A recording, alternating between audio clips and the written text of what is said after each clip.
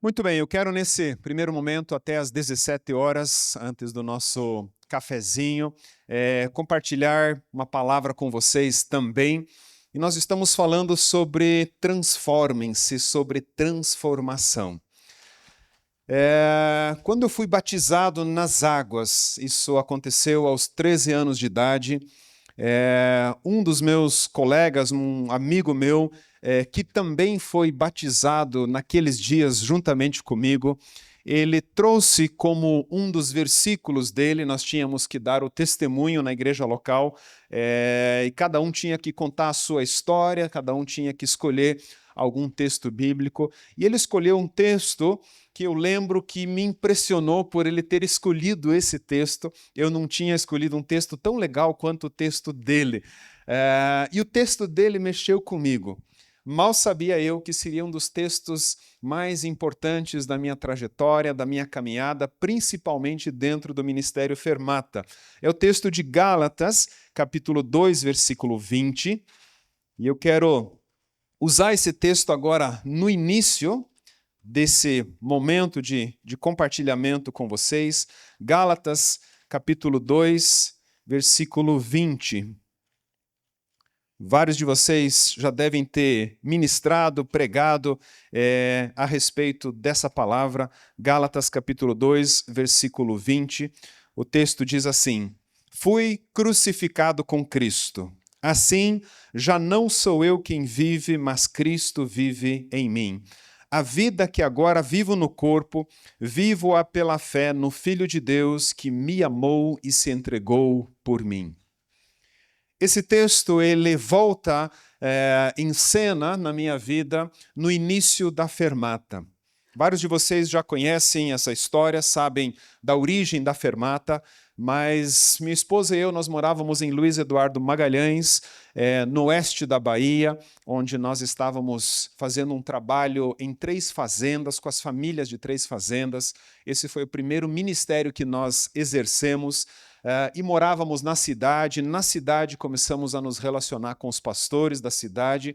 Foi quando eu conheci Edmundo Speaker, fundador da Fermata, e nós tivemos uma primeira conversa, um primeiro encontro, conversando sobre o que estava no coração dele a respeito de um ministério voltado para pastores e missionários, e eu compartilhando com ele o que estava acontecendo na cidade.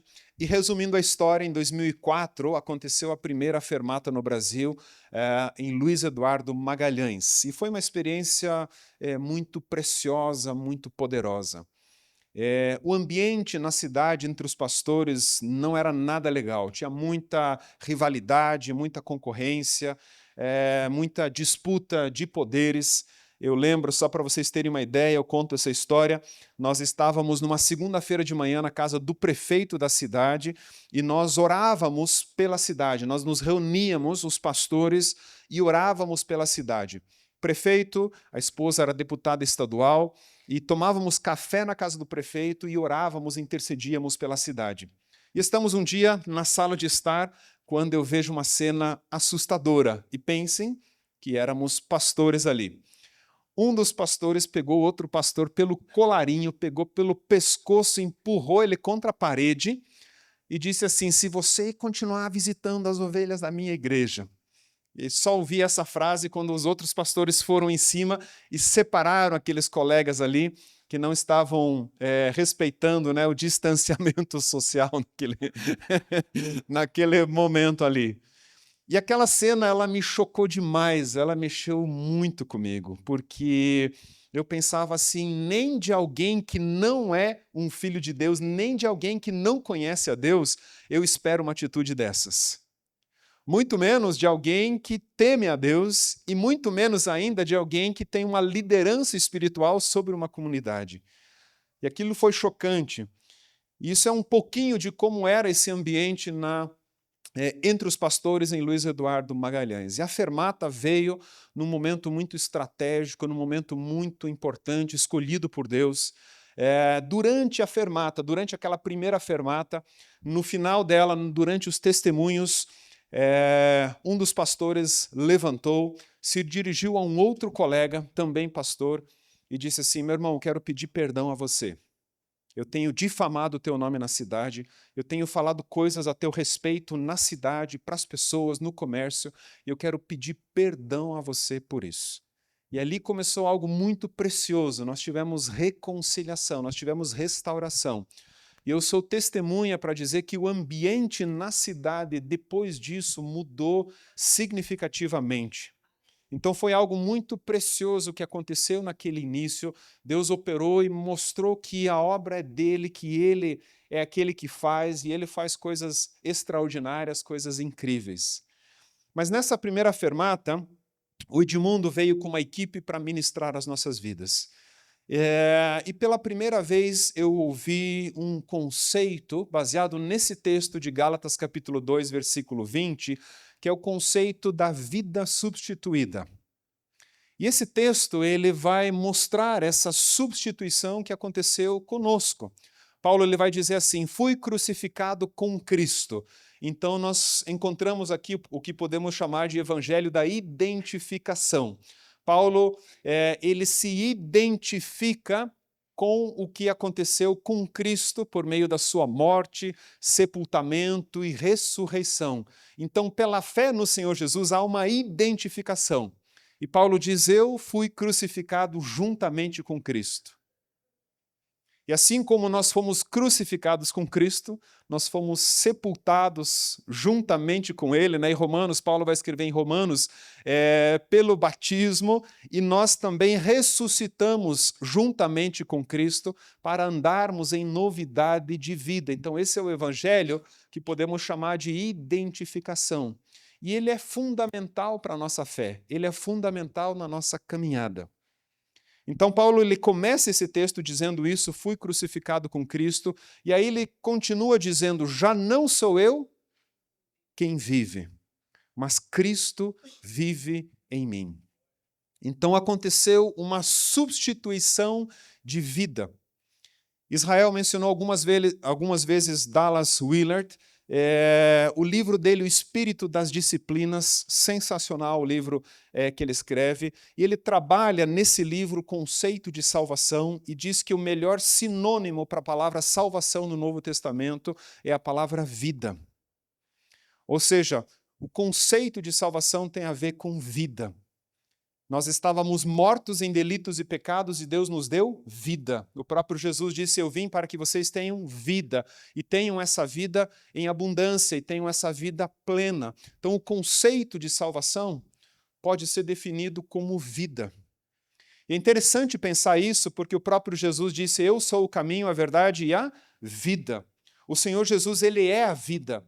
A vida não é um conjunto de verdades que nós acreditamos, que nós declaramos ou que talvez nós professamos. A vida é o próprio Senhor Jesus, é uma pessoa. Então, quando eu creio no Senhor Jesus, eu entro numa relação com a vida, que é o próprio Senhor Jesus. E a partir desse início, a partir desse compromisso, dessa aliança estabelecida com a vida que é Cristo, eu vou agora desenvolver essa vida, eu vou cultivar essa vida, eu vou crescer nessa relação com Cristo. E esse é o processo, esse é o caminho no qual nós estamos.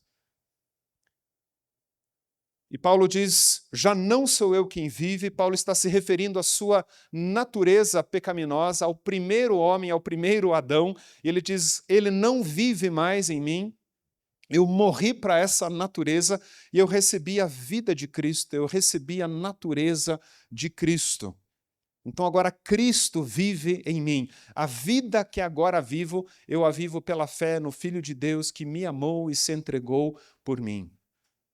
E foi muito interessante porque ter essa experiência ou esse entendimento, embora naquele momento ele era muito teórico para mim. Então, a vida substituída eu ouvi dessa forma pela primeira vez naquela primeira experiência da Fermata. A Fermata começou em 2004, nesse lugar em Luiz Eduardo Magalhães, e a partir disso, Edmundo liderou a Fermata por quase 14 anos. Ele foi o líder desse ministério no Brasil. E em 2005, minha esposa e eu fomos convidados para pastorear uma igreja em Curitiba. Então voltamos para Curitiba e durante 12 anos pastoreamos a igreja menonita do bairro Água Verde, em Curitiba, onde eu tive várias experiências boas, algumas crises, alguns sofrimentos, e tudo isso dentro de um processo de transformação. Por que eu estou falando isso? Porque, embora eu ouvi essa mensagem da vida substituída, eu reconheço na minha vida que demorou bastante para que isso se tornasse claro na minha vida. E eu costumo dizer que o processo ainda está acontecendo. O fato de nós sermos um só espírito com o Senhor é algo muito profundo, é algo muito que a nossa mente ela não consegue compreender na totalidade.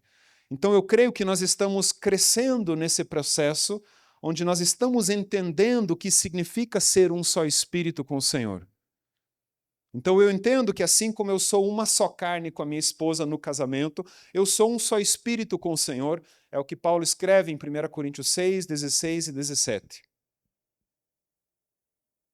Então eu sou uma só carne no casamento, casei no dia 9 de dezembro de 2000, vamos completar 25 anos de casamento esse ano. Graças a Deus, casei no ano 2000, sempre digo isso.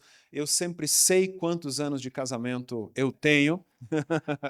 Está na ponta da língua. Então, nós casamos no ano 2000 e vamos completar 25 anos de casamento. E eu sempre digo isso, nós casamos e nos tornamos uma só carne. Isso é um fato, isso é uma realidade. Ao mesmo tempo, nós estamos num processo, e esse é um processo interessante que eu chamo de processo de descobertas. Nós estamos num processo descobrindo o que nós já somos. Nós já somos uma só carne. Mas há um processo acontecendo, onde pela vivência, pela experiência, pela caminhada, comendo um saco de sal juntos, né? E a gente usa essa expressão, para você conhecer uma pessoa, você tem que comer um saco de sal junto com ela. Então imagina que você coloca um saco de 60 quilos no canto da sua cozinha. Sal do Himalaia, vamos dizer assim, né? Para ficar um sal mais elitizado. Sal do Himalaia, e você vai pegando um pouquinho da porção desse sal e joga na tua comida, e você tem uma conversa, você tem tempo de mesa no casamento. E você faz isso no almoço, no jantar, e você vai consumindo esse sal. Quando vocês comerem o saco de sal juntos, vocês com certeza conhecem muito melhor um ao outro. O que eu quero dizer com isso? Nós conhecemos o nosso cônjuge dentro de um processo, dentro de uma caminhada. Então, quanto mais o tempo passa, eu costumo dizer isso, quanto mais o tempo passa, melhor deveria ser o seu casamento. Quanto mais o tempo passa, mais você deveria desfrutar do fato de você ser uma só carne. Então, se o teu casamento, com o passar do tempo, está piorando, não está melhorando, tem algum problema ali, tem alguma questão ali que precisa ser trabalhada, que precisa ser tratada, porque vocês são uma só carne, vocês são uma unidade, vocês são cúmplices dentro do casamento, vocês escolheram caminhar juntos e crescer juntos, abençoando a vida um do outro. Isso é algo prazeroso, isso é algo maravilhoso. Então, assim como eu sou uma só carne no casamento, eu sou um só espírito na minha intimidade, na minha relação com o Senhor. Isso é um fato, isso é uma realidade. E isso para mim é chocante. Pensar que eu sou um só espírito com o Senhor. Que existe uma unidade espiritual, onde nós não perdemos a nossa individualidade, a nossa personalidade, e nós temos o privilégio de caminhar juntos com o Senhor. E a prática disso, a vivência disso, é um grande desafio. Por isso Paulo continua o texto dizendo: a vida que agora vivo, vivo-a pela fé no Filho de Deus que me amou e se entregou por mim. Eu ouvi sobre vida substituída quando me batizei aos 13 anos, esse texto. Depois, em 2004, no início da Fermata de novo, mas eu voltei para Curitiba e comecei a pastorear a igreja, onde eu tive as minhas crises, onde eu tive as minhas dificuldades. E eu percebi que a vida substituída ela não era uma prática, ela era um conhecimento, era um conceito que eu tinha, mas a prática da vida substituída ela é um processo constante. E eu tive uma fase da minha vida no ministério onde trabalhando manhã, tarde e noite, que é a realidade de muitos aqui. Dedicação total, né? O Ministério Casas Bahia, né? Dedicação total a você. Né? E nós damos tanta ênfase e dedicamos tanto tempo, recurso, amor ao ministério, que com isso nós deixamos em segundo plano a família, nós deixamos em segundo plano o cuidado pessoal, a nossa própria vida. E eu estava nesse processo, nessa vivência, tentando ser um bom líder, tentando liderar de uma forma agradável a Deus e aos homens. Eu tinha o desejo no meu coração de ser um bom líder. Eu tinha o desejo no meu coração de ver a igreja prosperando, a igreja crescendo, a igreja frutificando, a igreja multiplicando. E eu trabalhava manhã, tarde e noite com esse intento, com esse desejo de experimentar isso, de viver isso.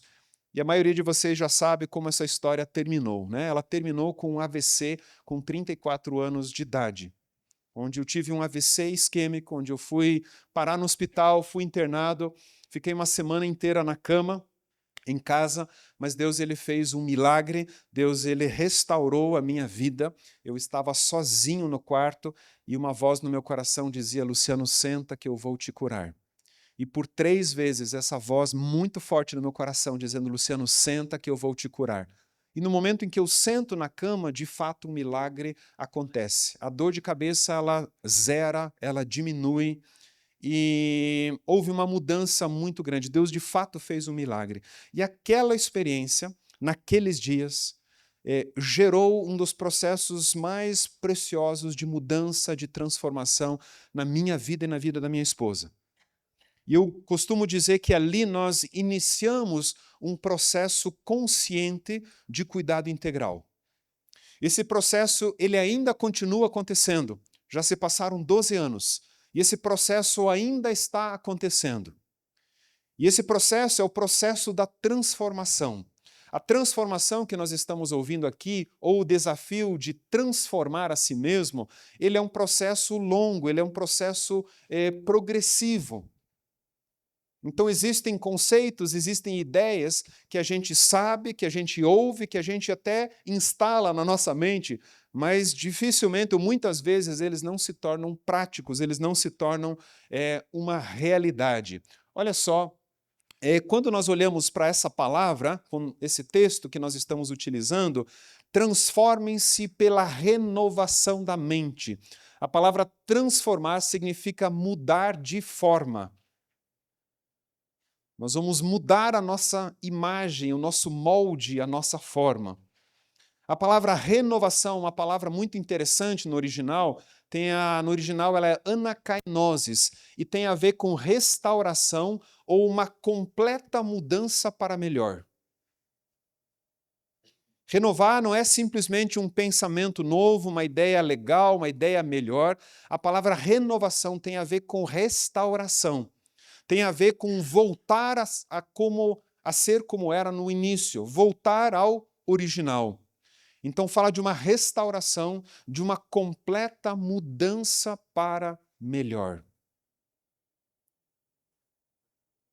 E eu creio que esse é o desejo de Deus, ele trabalha, ele opera nas nossas vidas para que de fato aconteça uma mudança, uma completa mudança para melhor. E a palavra mente, né, tem a ver com a faculdade de perceber, a habilidade de sentir, julgar e determinar. Então, basicamente, o que nós podemos concluir disso daqui? A transformação é necessária, uma completa restauração da nossa habilidade de perceber, entender, sentir, julgar e determinar as coisas para que de fato haja uma mudança em nossa imagem. Então a transformação ela é um processo um pouco mais complexo. Eu gosto muito dos livros da doutora Caroline Leaf. Eu já citei algumas vezes esse material, esses livros. Ela tem alguns livros escritos, ela é uma neurocientista cristã e ela vai falar muito sobre o processo de renovação da mente. Ela escreve livros como Quem Desligou Meu Cérebro, Ative o Seu Cérebro, e tem um dos livros que ela escreveu recentemente que é Organizando a Sua Desordem Mental. E é muito interessante porque é um livro fantástico. Eu li, entreguei para minha esposa, para ela ler também. E ela perguntou: por que você quer que eu leia esse livro aqui? Você acha que eu sou desorganizada mentalmente? Eu falei: não, é para você ler e poder ajudar outras pessoas, né? Mas o livro é muito legal, Organizando a Sua Desordem Mental. E ela escreve o processo que acontece no nosso cérebro quando nós renovamos a mente. E eu não vou entrar em detalhes, porque a teoria dela, o conceito dela é bastante amplo, mas ela simplesmente diz que para que um processo aconteça, para que uma mudança de mentalidade aconteça, é necessário pelo menos 63 dias. Para que uma mudança, uma transformação de fato aconteça, pela renovação da mente, é necessário um processo de 63 dias. Ela fala isso no contexto de mentalidades. O que é uma mentalidade? Mentalidade é um agrupamento de pensamentos entrelaçado com emoções. Então não é somente um pensamento, é uma série de pensamentos que você vai aprendendo, que você vai ouvindo na sua vida. Então imagina, por exemplo, que você cresceu ouvindo que Deus é um Deus que castiga, um Deus que pune. E você cresceu a vida inteira ouvindo isso. Deus, ele está vendo. Se você pisar de novo, ele vai te castigar, ele vai te corrigir, você vai levar. E o teu pai, o professor, o pastor, ou outros líderes foram colocando na sua mente a ideia de que Deus é um Deus que pune, é um Deus que castiga, e que se a gente pisar do lado, nós seremos feridos por ele.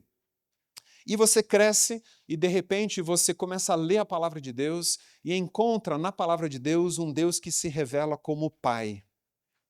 Um Pai bondoso, um Pai amoroso, um Pai querido, um Pai que ama, um Pai que tem prazer na vida dos seus filhos. Um Pai, sim, que disciplina, um Pai, sim, que permite algumas coisas, mas a base de toda a ação dele, a base de toda a operação dele é o amor. E ele age porque ele ama, ele opera porque ele ama. E de repente você encontra na palavra de Deus um Deus completamente diferente daquele que você foi ensinado, daquele que você aprendeu.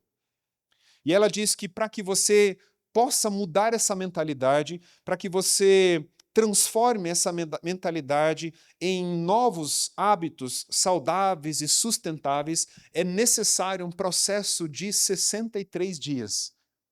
Eles fazem testes cerebrais e mostram fisiologicamente esse processo acontecendo. E o que eu gosto de pensar nisso é como se fosse um alerta para nós que a transformação ela não acontece do dia para a noite. Ela não acontece de uma hora para outra. E isso talvez explica a nossa frustração muitas vezes na igreja local, onde nós pregamos tantas coisas e as pessoas parecem que não aprendem. Não acontece isso? Você prega algumas coisas, você repete algumas coisas e de repente você vê comportamentos, atitudes, você recebe alguém na sua sala e a pessoa ela começa a falar de um problema e você diz, será que ela não ouviu o que eu ensinei? Será que ela não estava presente no domingo passado, quando eu ministrei, quando eu ensinei? Ela continua com os mesmos problemas, os mesmos desafios. É porque o processo ele é mais complexo, ele é mais profundo. E é importante nós pensarmos e entendermos isso.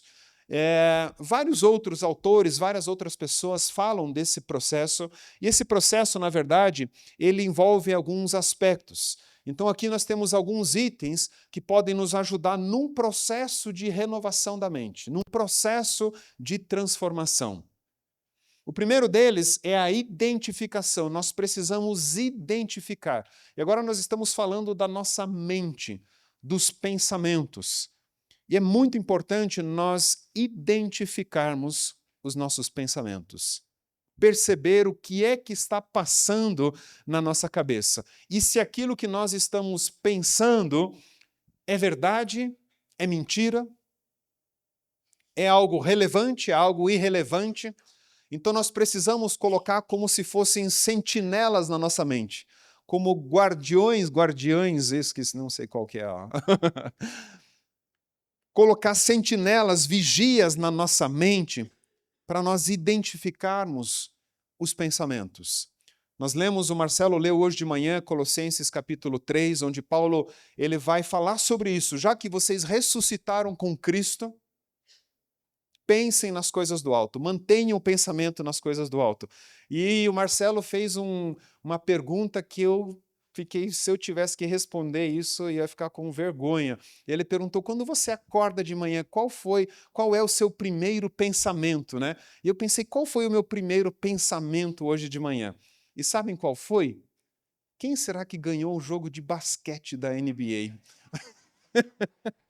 Foi o meu primeiro pensamento hoje de manhã. O Palmeiras eu já sabia que tinha ganho mais uma, né? Então já estava tranquilo. Mas eu estava preocupado com o basquete norte-americano. Quem é que tinha ganho o jogo? O basquete norte-americano está nos playoffs, né? Nas fases finais do campeonato. E o meu filho Daniel, ele gosta demais do basquete, ele acompanha. Então eu acompanho também, a gente conversa sobre isso. E o meu primeiro pensamento hoje foi quem ganhou o jogo de basquete ontem à noite. Mas é muito interessante o que o Marcelo falou. Porque a palavra de Deus nos ensina, mantenham o pensamento nas coisas do alto. E, obviamente, nós nos alimentamos, então eu me alimento dos esportes, das notícias de esportes. E ontem à noite eu estava acompanhando no aplicativo esse jogo, não assisti, estava só olhando quem que estava ganhando, então eu me alimentei daquilo, né, desse jogo, e quando eu acordei hoje, o primeiro pensamento, quem será que ganhou aquele jogo? Então é muito interessante isso. E Paulo diz, mantenham o pensamento nas coisas do alto. Mas é difícil, é um desafio muito grande, manter o pensamento nas coisas do alto. Acontecem tantas coisas à nossa volta, tantas circunstâncias desagradáveis, ruins, e é difícil manter o pensamento nas coisas do alto. E a gente acaba influenciado por uma série de situações e a nossa mente, de repente, ela está divagando, ela está em outros lugares, ela está preocupada. Tem uma série de coisas acontecendo e nós estamos com a mente ligada nessas coisas. Então é importante nós identificarmos. Quando você estiver agoniado, angustiado, desanimado, triste, comece a identificar o pensamento. Reflita sobre isso. O segundo aspecto tem a ver com discernir esses pensamentos. Então você vai perceber, você vai entender o que você está pensando, e aí você precisa começar a discernir. Ele destrói ou ele edifica? Ele constrói na sua vida ou ele está destruindo você? Então esse é um exercício importante de nós fazermos. E tem muitos pensamentos, né, que são superficiais, rápidos, que entram e passam, mas tem alguns pensamentos que permanecem na nossa mente. Geralmente coisas que nós priorizamos, que nós valorizamos, que são importantes para nós. E nós precisamos discernir esses pensamentos. Então nós precisamos fazer esse processo. Então você vai identificar, é verdade, é mentira, e depois disso você vai discernir esse pensamento. Em terceiro lugar, você vai expressar. A Caroline Leaf, ela fala sobre escrever, ou seja, é importante que você anote o que está passando na sua mente, que você anote os seus pensamentos, que você escreva, que você coloque para fora aquilo que você está discernindo, que você está refletindo. Eu tive uma experiência um dia, eu estava muito agoniado, muito angustiado, um tempo difícil, estava confuso, uma série de coisas acontecendo de forma, um caos se estabelecendo na minha vida pessoal, e eu estava agoniado no trânsito quando eu paro num semáforo, e eu vejo num semáforo uma pessoa em cima de um monociclo, se é que chama assim, né? Bicicleta de uma roda só. Então ele está equilibrado em cima desse monociclo.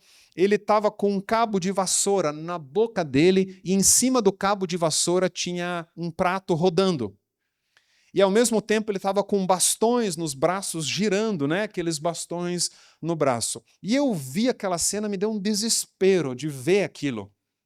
Tanto equilíbrio, tanta concentração para poder fazer aquilo. Imaginei, jamais eu conseguiria fazer aquilo. tanta coisa ao mesmo tempo e tanta coisa difícil ao mesmo tempo. E quando o semáforo abriu, eu saí e aquilo mexeu comigo e, de repente, eu senti como se o Espírito Santo me trouxesse no meu coração, na minha mente, que essa era a experiência que eu estava vivendo. Eu me sentia daquela forma. Eu me sentia fazendo uma série de coisas difíceis ao mesmo tempo e eu não estava dando conta. E emocionalmente eu estava abalado com aquilo. E eu não ficava bem, eu não conseguia resolver uma série de coisas e aquilo me deixou muito, muito mal. E eu cheguei em casa, eu peguei uma agenda minha e eu comecei a escrever todos os sentimentos que eu estava enfrentando, tudo aquilo que se passava, tanto de pensamentos quanto de sentimentos, eu comecei a anotar, comecei a escrever. Sentimento de fracasso, falta de sabedoria, tristeza. E eu comecei a colocar uma série de coisas nesse texto, tentando expressar o que estava acontecendo comigo. E enquanto eu escrevia isso, quando eu preenchi uma página, eu senti como se Deus falasse, ministrasse meu coração e perguntasse: Luciano, mas qual é a verdade sobre isso? O que a palavra de Deus diz a respeito disso ou a respeito de você? Eu fiz um segundo exercício, eu comecei a escrever, comecei a anotar tudo que a palavra de Deus diz a meu respeito, de quem eu sou. Eu comecei a lembrar de textos da palavra de Deus que Deus já estabeleceu sobre a minha vida, na minha história, e eu comecei a escrever a palavra de Deus, comecei a escrever esses textos. Nós somos santos, nós somos justos, nós somos amados, nós fomos salvos, nós temos vida, nós temos livre acesso a Deus. E eu comecei a lembrar e comecei a expressar tudo aquilo que eu era, o que eu vivia em Deus. E a minha oração a partir disso foi: Senhor, como é que eu faço esse alinhamento, né? Como é que eu submeto os meus pensamentos e as minhas emoções a essa verdade tão profunda? Foi quando eu me ajoelhei e comecei a abrir o meu coração, comecei a derramar a minha alma diante do Senhor, assim como Ana o fez também. E ali eu chorei, eu senti como se Deus estivesse ministrando meu coração, tirando aquele peso, tirando aquela carga e estabelecendo a verdade da palavra dele sobre a minha vida. Eu lembro que eu levantei naquela manhã completamente restaurado, completamente fortalecido de novo. E uma mudança significativa tinha acontecido. E esse é um exercício que é importante de nós praticarmos com frequência. Nós precisamos escrever, botar para fora, anotar. Talvez você escreva, talvez você converse com alguém sobre isso. Você tem um discipulador, você tem uma discipuladora, você tem alguém que pode te ajudar e você vai expressar, você vai botar para fora aquilo que está acontecendo. E com certeza esse processo ele é muito importante para que você possa ressignificar, para que você possa substituir de fato ou reformular aquilo que está acontecendo. Estabelecer as verdades de Deus sobre a tua vida. E quando você estabelece a verdade de Deus, você precisa praticar. Você precisa ser ativo na sua nova mentalidade, na sua nova forma de pensar, na sua nova forma de ser. Caroline Leaf, ela escreve um processo parecido com esse, ela usa outras expressões, outras palavras, mas ela fala também de um processo, ela tem inclusive um aplicativo chamado Neurociclo, se não me engano tem só em inglês, onde tem um processo de aprendizado que você coloca em prática todos os dias. Então, quando existe uma mudança de mentalidade, quando você tem uma mente renovada, você precisa estabelecer a prática daquilo. Você precisa ser intencional naquilo. Então, por exemplo, se você cresceu entendendo que Deus é um Deus que castiga, que pune, mas agora você entende que Deus é um Deus bondoso, um Deus que é bom. Se Deus é bom e se você está nele, você também é bom. E você vai ter atos de bondade. E você vai se comprometer a, por um período, ser bondoso com alguém todos os dias. Você vai estabelecer isso como um hábito na sua vida. Todos os dias você será bondoso. John Maxwell, que escreve vários livros sobre liderança cristã, eu ouvi uma palestra dele e achei muito precioso, muito interessante. Ele compartilhou que quando ele conversa com uma pessoa, quando ele conhece uma pessoa, ele procura nos primeiros 20 segundos da conversa dele, ele procura de alguma forma agregar valor na vida da pessoa. Eu falei, uau, que hábito interessante, que hábito poderoso. Nos primeiros 20 segundos de cada conversa, ele procura agregar valor na vida dessa pessoa. Então, ele se habituou a agregar valor na vida das pessoas, a abençoar, a encorajar, a fortalecer a vida das pessoas. Para isso, é necessário uma mente renovada, é necessário uma mente transformada. Paulo vai escrever também, por acaso alguém conhece a mente do Senhor para que possa instruí-lo? Nós, porém, temos a mente de Cristo.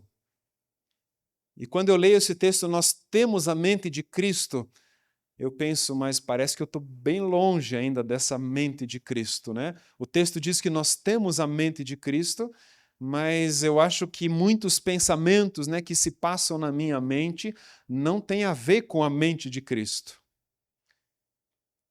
Mas eu entendo que nós estamos nesse processo onde a cada dia que passa, quanto mais o tempo passa, mais vivência, mais experiência, mais caminhada, nós estamos próximos de praticar e de manifestar de fato a mente de Cristo.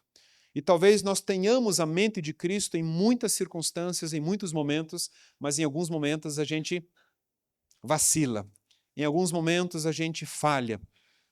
Em alguns momentos a gente parece que perde a consciência de quem nós somos, não é verdade? Nós somos um só espírito com o Senhor, isso é um fato, você é um filho, uma filha de Deus. E às vezes temos alguns lapsos de memória e a gente esquece isso e de repente o nosso comportamento ele é diferente da nossa identidade. E é muito interessante pensar isso, identidade e comportamento. Você tem uma identidade, você é filho, você é filha. Isso é um fato, é uma realidade. Mas muitas vezes o meu comportamento ele não é coerente com quem eu sou. Ele não é coerente com a minha identidade. E eu expresso algumas atitudes, alguns comportamentos que parece que são contrários à minha identidade. Talvez seja por isso que Paulo disse, né, o bem que quero fazer eu não faço. Então há uma separação em alguns momentos. Então nós precisamos criar o hábito de viver na consciência de que nós somos filhos e filhas do Senhor. E de que eu tenho uma natureza transformada, eu tenho a natureza de Cristo, a vida de Cristo. E manifestar a natureza de Cristo é manifestar o amor, a honra, o respeito, a dignidade. Essa é a natureza de Cristo e nós queremos manifestá-la, nós queremos expressá-la. Então, o processo de renovação da mente, ele é um pouco mais extenso, ele é um pouco mais demorado. Mas não desanime não com isso. Nós estamos constantemente nesse processo. Com certeza tem muitas coisas que você já ouviu na sua caminhada, na sua história, e que o Senhor ainda está trabalhando, Ele ainda está operando, Ele ainda está transformando. E saiba que o processo está acontecendo. E a grande notícia é que Deus ele está no processo. Deus ele se faz presente no processo e Ele vai cuidar de mim, cuidar de você. Aquele que começou boa obra em nós vai completá-la até o dia de Cristo Jesus. Amém?